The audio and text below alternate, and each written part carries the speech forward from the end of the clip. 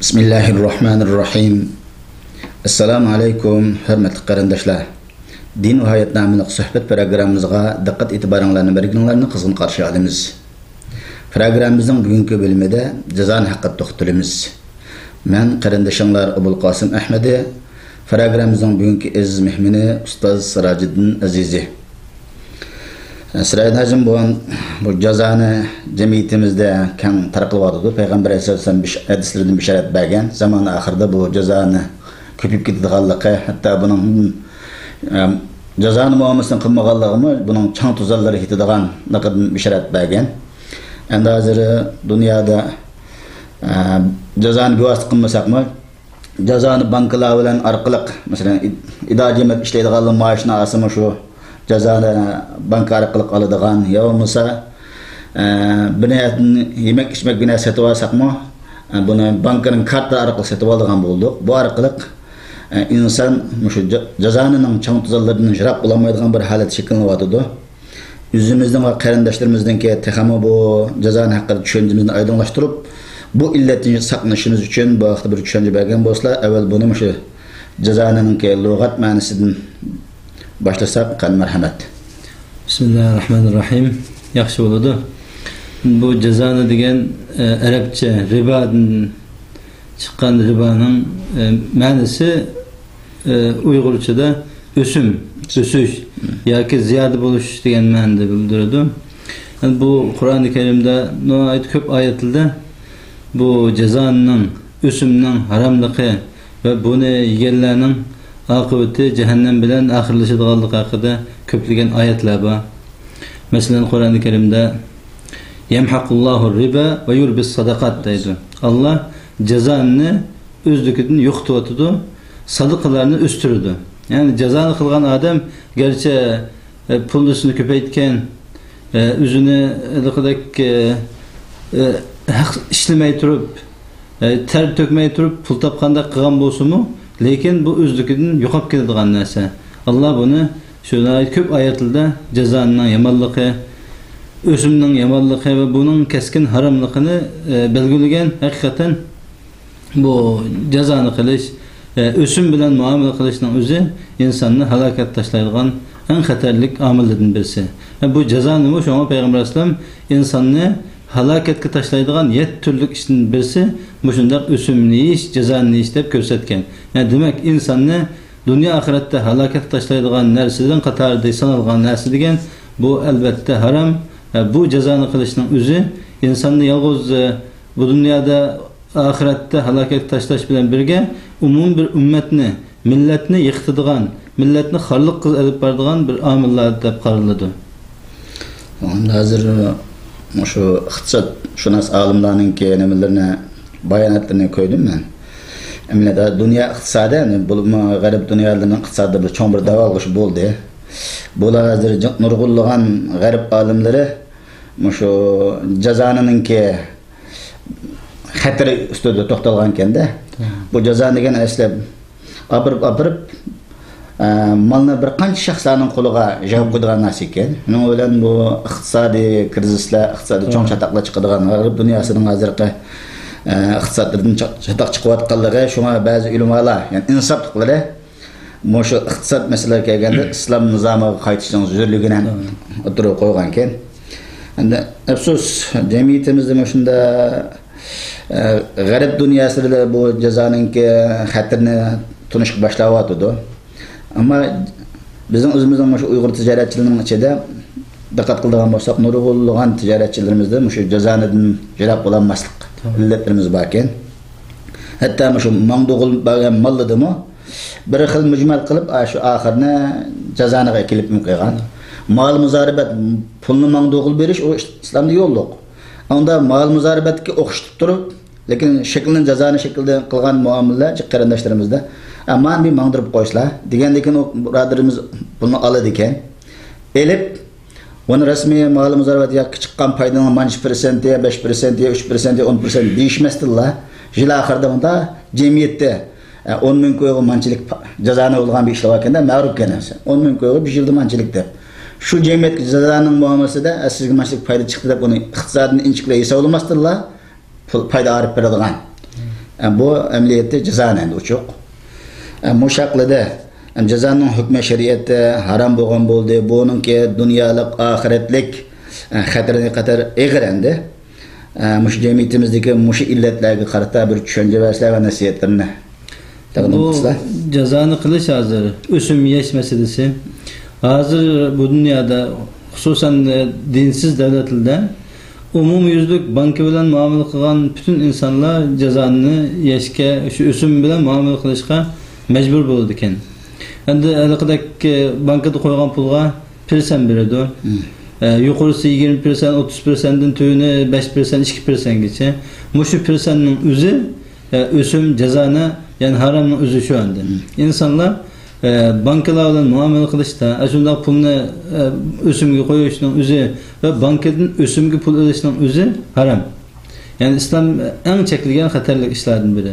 Şu sebepten yani her kandak bir insan üzünü ben Müslüman deydiken ya ki bir İslami hayatta Müslümanlaşılık içinde halal haramını pekitip yaşayman deydiken elbette bu cezanın üsümlerden saklanış lazım.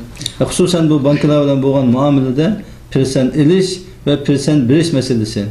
Onun üstüge sırtıda bazı köp insanlar var bankalarla muamele kılmış mu? Bazı ticaretçiler ve pullarına şunda kısıldı gendek avut üçün başkalarına persen gibi verdiğin. Mesela bir yıllık pul verse 100 bin koy verdi. Onunla ya 20 bin koy, 15 bin koy üsümüne koşup verdiğin. Ya ki bazıları da 100 bin koyunu birip onun vergen puldan 10 bin koy, 20 bin koyunu ili verip anda o kilayla aldın ili verip kilayla manın 100 bin koy ekilisizdeydi. Bunun üzü tamamen haram.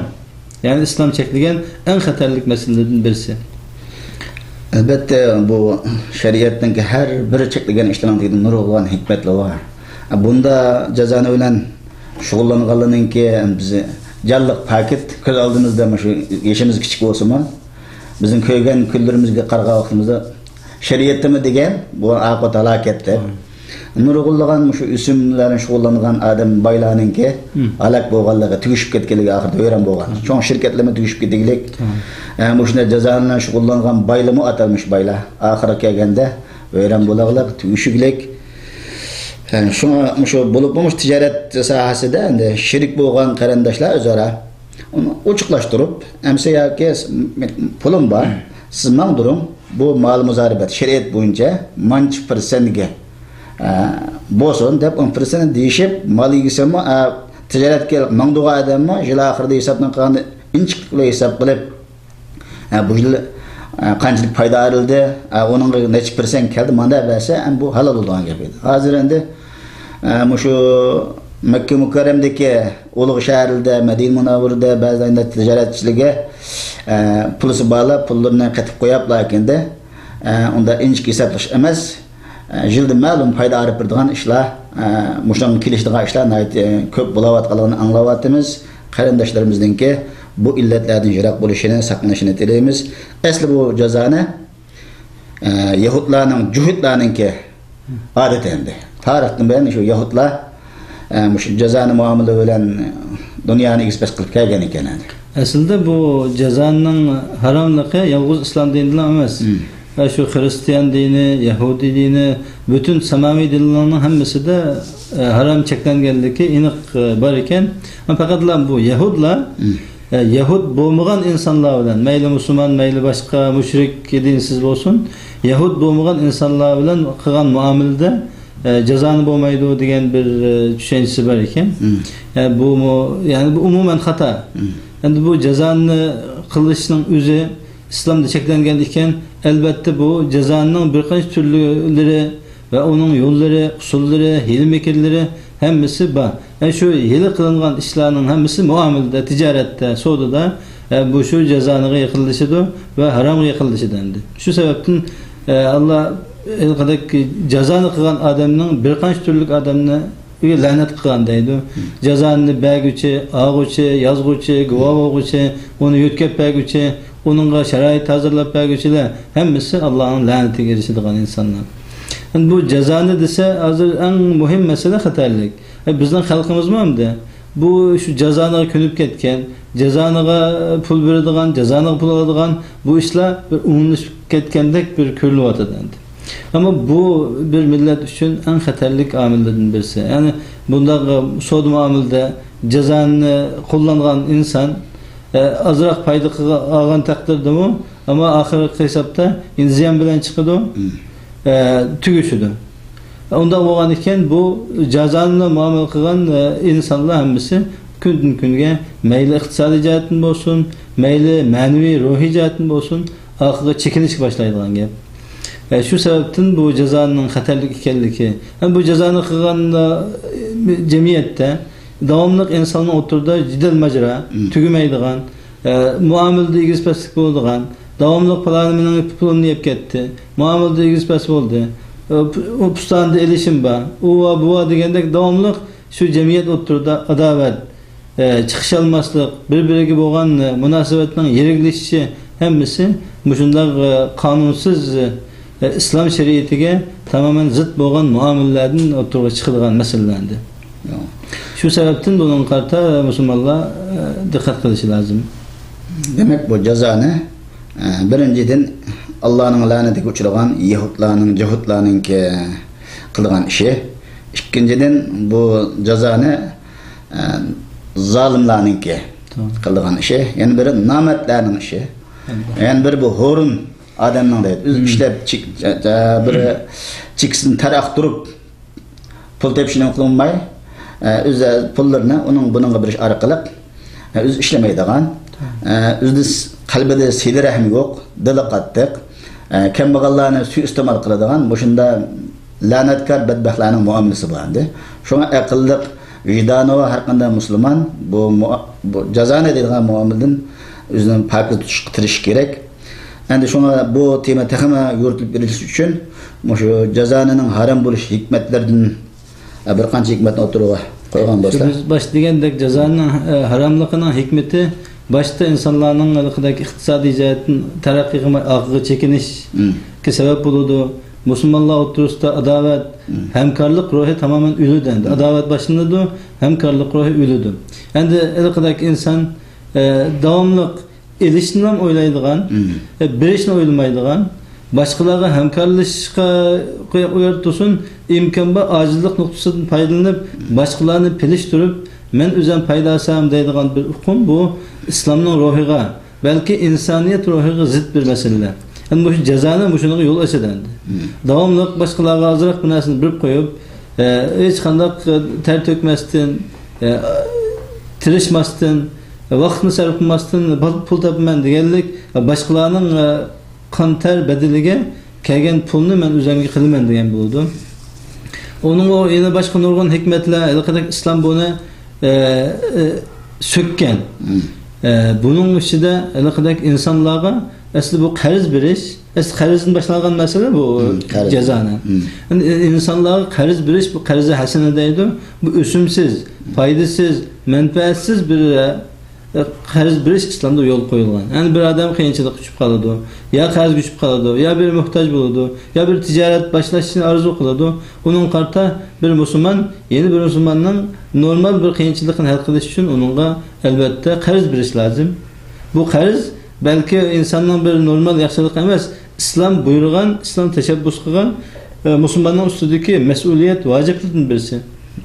Andan bo'lgan ekan, albatta men boshqalarga qarz berdimmi, uning foydasini, o'simini olaman demay, 100 ming qo'yib bersam, ya 5 oydan keyin, 2 oydan keyin, 1 oydan keyin, ya 1 yildan keyin, aynan shu 100 ming qo'yning o'zini qaytarib edishni bilsam, bu an haqiqiy men musulmonlarchiligim, haqidagi boshqalarga qarta hamkorlik ruhi bo'lganim bo'ladi.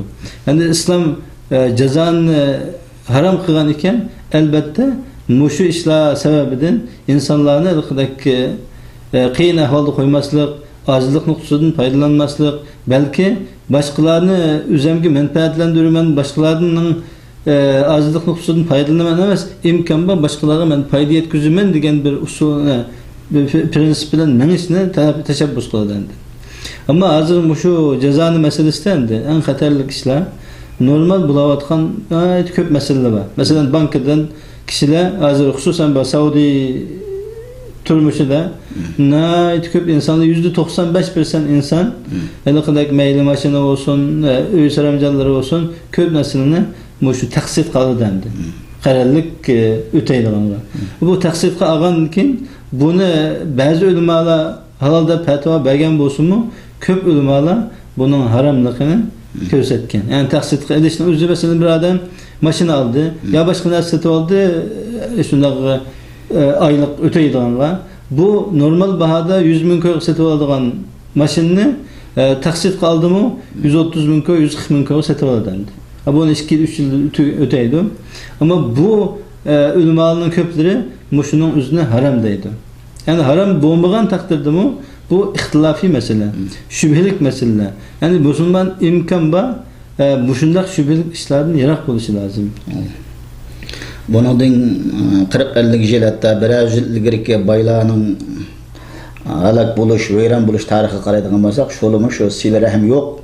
Cemiyette şunda kişilerini qaziga buğup qo'yib, onundan keyin onunki öy vaqillarni hatta buyurgan qizlar olsa, qizlarni qaziga savlab elib, muhimlar rezil ishlarni qilib, oxirida üzüm tugishib, şu jut içideki kişilerin kalbinden onunki hürmetiga asla qo'g'langan endi. Allah'ın rahmetinden qo'g'langan, bütün malaiklarning la'natiga sazovor bo'lgan, oxirida iqtisodiy jihatdan vayron bo'lib, nurg'ulliq Alloh, dunyoda Alloh taolo o'z xalqi tarafidan nihoyat vahshiy shaklda o'limlarni bergan ekan. Endi bugungi zaman taraqqiy qilib bu nima o'zgardi. Endi bir shaxsning undaligi kişilerini bir vasıtında izip eksploatasiya qilgan ishlarni ko'mak tas, ama şekli o'zgarib hozir endi şirketlar, cho'ng şirket, mustaqsid onu buni deganni orqadan o'tirib chiqish orqali endi hayotida insonlarcha mana bu mag'rib dunyosi, Turkiyaning vaziyatini ko'rgan bo'lsak, endi ash odamning qallasida deydi, kichkunduz shuga qalasa mashinaning qaziga bo'yilib ketgan uy saramjonlari taqsidda endi qarorlik to'lashni söyle, hammasi endi olib ketgan ekan, endi u hayot turgan uyini qaziga hammasi qaz endi u qazlar uzum to'lab bo'lmay bolalarga qoldirib ketgan. Buning bilan aqlli odamning nazarida shunda cho'ng shirkatlarga boylig'iga nisbatan nafrat tuyg'usi paydo bo'lgan, ulug' bo'lgan muhabbat, bir Müslüman qarindoshlik degan ruhi o'lgan. Shu bu nihoyat hozir jamiyatimizda yomon bo'layotgan bir illatdan birisi bo'lib sanalyapti. Cenab-ı Allah bizni va qarindoshlarimizni bu illatlardan yiroq qilg'ay. Endi shu jazoniningki aqsamlar haqida bir şey vergan bo'lsa. Endi bu jazoni umumyuzlik jazoning haromligini bildik, uning xatarligini bildik, ama jazoning turlari qaysi usulda bo'ladi, buning da ulamolarning ko'p fikrlari bor ekan. Endi jazoni ikki turlik bo'ladi deydi. Birisi nesi jazonisi, yana birisi o'sim ziyodi jazonisi deb. Bu nesi jazonisini qanday tushuntiradi desa, bu bir odamga muayyan bir mablag'ni shunday bir yillik berib 20%, 30% avutup nesiga bergan pul endi paydaga. Buni bütün ulamolar ijmo bilan harom deb biladi. Ammo bu o'sim ziyoda ribal fadl deydi ekan arabcha. Bu bo'lsa o'shaliqi biz bayat deb o'tgandek taqsid va shunga o'xshagan ba'zi o'simlardi. Bu alaqadek halollashtirish yo'lini, tijorat va tijoratning foydasi yo'lini tutib turib şeriatga hili ishlatganlik. Bu mu asosan haram deyiladi. Ve şu sebepten bu jazoning her iki türü, her ikilisi İslam'da çeklengen cezan deyiladi. Ama bunun da alakadek almak satmakta mı nihayet köp mesele var. Bunun mu mesela alakadek altınını altınga setiş, gümüşünü gümüşe setiş, alakadek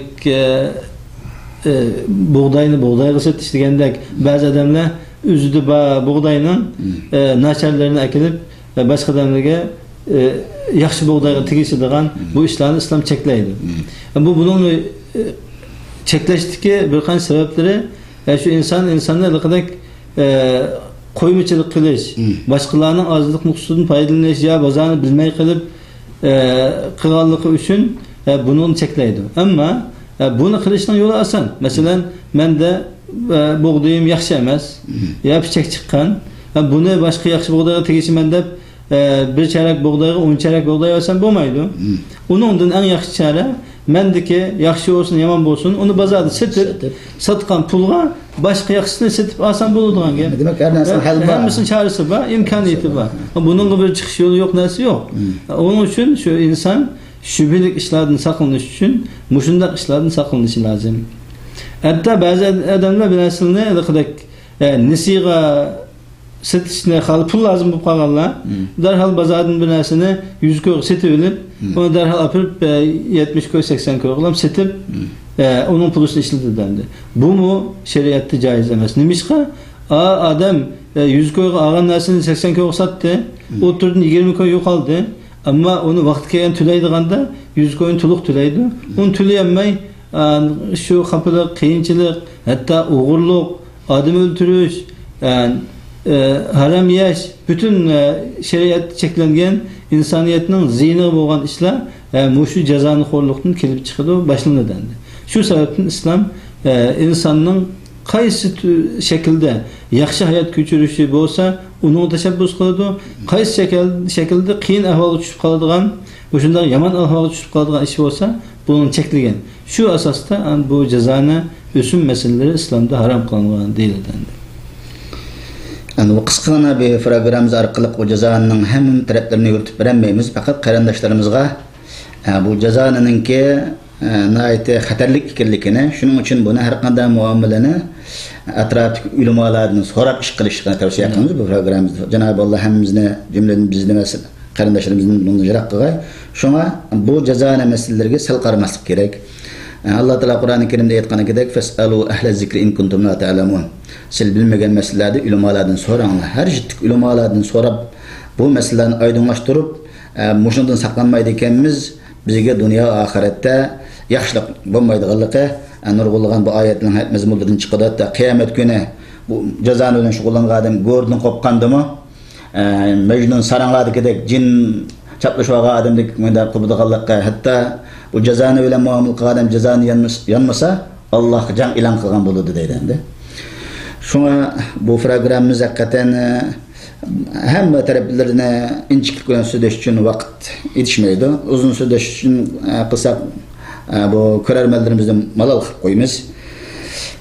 Endi biz shu jamiyatimizdagi tijoratchi, shu barliq qarindoshlarimizga oxirgi tavsiyalar bo'lsa, buni taqdim qilish bilan programmamizni oxirlashtirsak. Endi Alloh subhanahu va taolo her qandaq bir ishni yo'l qo'ysa, buning qarta chiqish yo'lini qilgan. Masalan, ahallallohu al-bay'a va harrama ar-riba degan oyat bor. Alloh savdo muomalani, almoq sotmoqni, tijoratni halol qildi, jazoni harom qildi.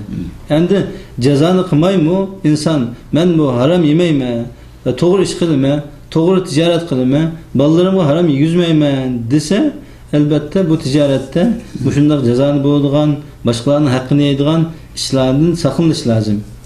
Shu sababdan inson bu jazoning yiqilishadigan, jazoni bo'lib qoladigan har qanday savdo muomala, mayli bank muomalalari olsun, hammasidan saqlanmasi bo'lmaydigan ish. Yana eng xatarlik masala endi ulamolarning nihoyat ko'p jamiyatning tarixdan ochiq savoq elinsa, shu jazoni umumlashib ketgan har qanday millat tamamen vayron bo'ladi deydi.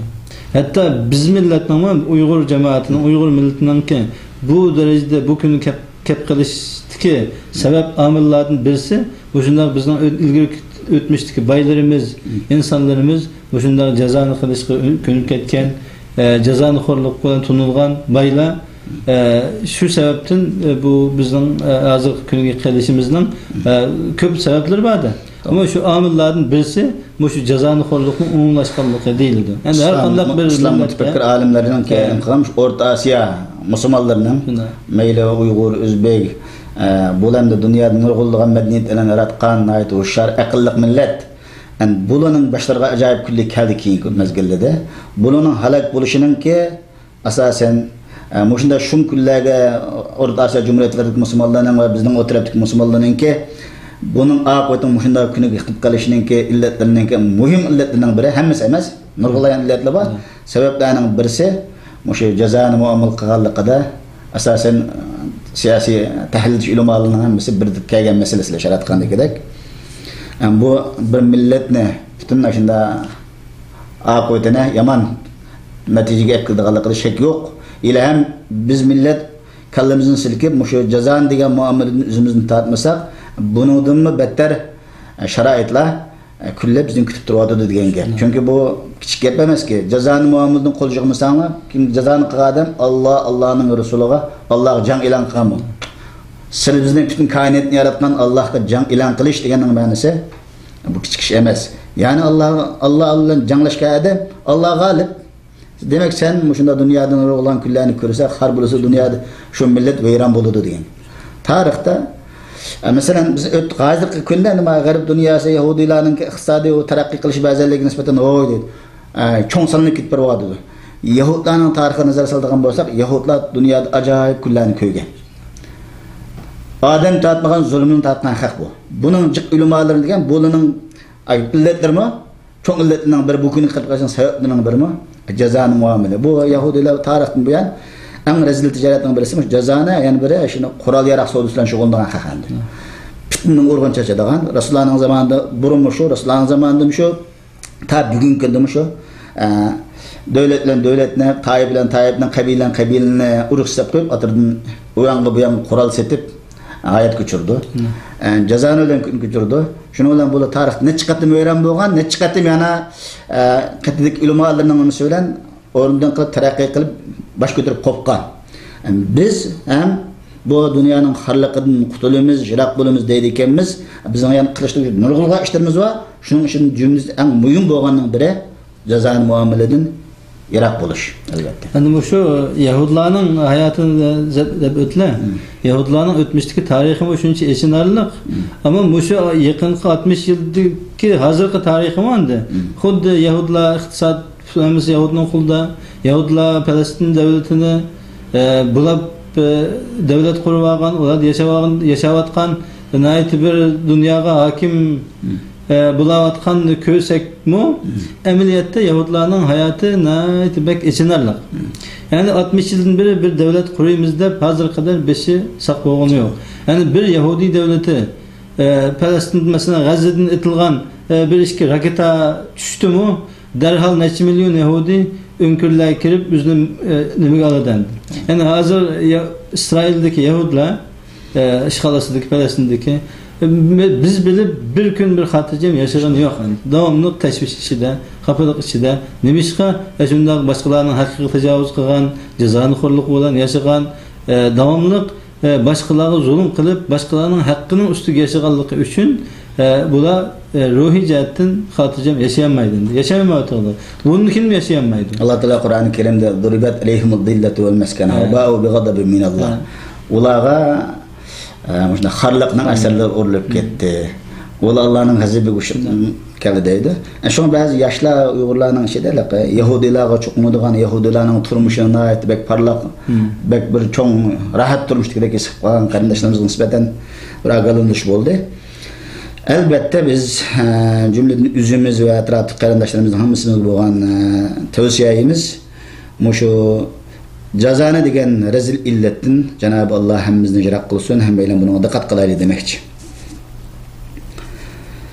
Başka koşumça başka koşumça yok. Herhalde bu cezanın haramlığı, cezanı yiyen adamın akıbeti ve cezanı xor milletinin akıbeti ma'lumluk bolgan için elbette bir Müslüman imkan ba şu halal yeş ve özünün ballarını mı halal yigizişki tirişi lazım.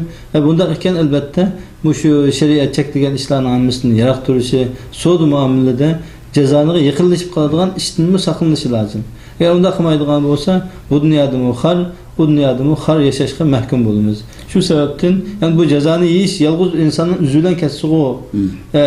İnsan üzü tükürdü deyimiz. Yani bu bir milletin akıbetine, bir ailenin akıbetine, cemaatinin akıbetine, yani umumunun akıbetine münasebetli boğaçka bu cezanı degan bu haram işten ve bu xatarlik vaqadan saqlanishni bütün insanlar o'ziga o'zi majburiyat holda tavsiya qilib saqlanishga tirishish lozim deb qarayman. İnşallah Allah hammalarni shundoq yaxshi ishga muvaffaq qilsin, yomon ishdan yiroq qilsin ve albatta bu jazoni xo'rlik degan bu yomon illatdan ve yomon jinoyatdan saqlasin. Amin. Rahmet, Allah razı olsun. Endi amaliyotda insonning eng isili halal kun kechirgan, halal degan farzandlarini halal bilan tarbiyalagan odam, eng isli odam endi. Bu aksicha haram bilan qo'saq boqqan, haram farzandlarga haram yeydigan balchaqlarga odam dunyoda shu Allohning azobidan qutulolmaydi, oxiratda undan ashaddiy azob. Bu haram bilan o'sgan go'sht, jasad buningga jannat haram endi. Şuna qarindoshlarımızdan ham baylanga o'zimizningki ak inidan chora tavsiyamiz bu haram, bu nejis illat, bu jazon illatidan saqlanishini tavsiya qilamiz. Faqat bizning bu programmamiz yuqorida deyilganidek Alloh azza va jallaning Qur'oni Karimdagi fazakkir fa inna zikra tanfa'ul mu'minin, eslatgin, nasihat qilgin, cho'qim bu eslatish mu'minlarga foyda qiladi degan Janob Alloh. Shunga faqat bu programmamiz bir o'zimizni va qarindoshlarimizni eslatish nimasi bo'lsa deb qaraymiz. Hammalarga rahmat. Programmamizni bu yerda oxirlashtiramiz. Bu programmamizga diqqatingizni berganlarni minnatdorligimizni bildiramiz. Boshqa yana kelarki bo'limlarda ko'rishgan qadar har biringlar bilan xo'shlashamiz. Xayr, xo'sh, salomat bo'linglar. Assalomu alaykum va rahmatullohi va barakatuh.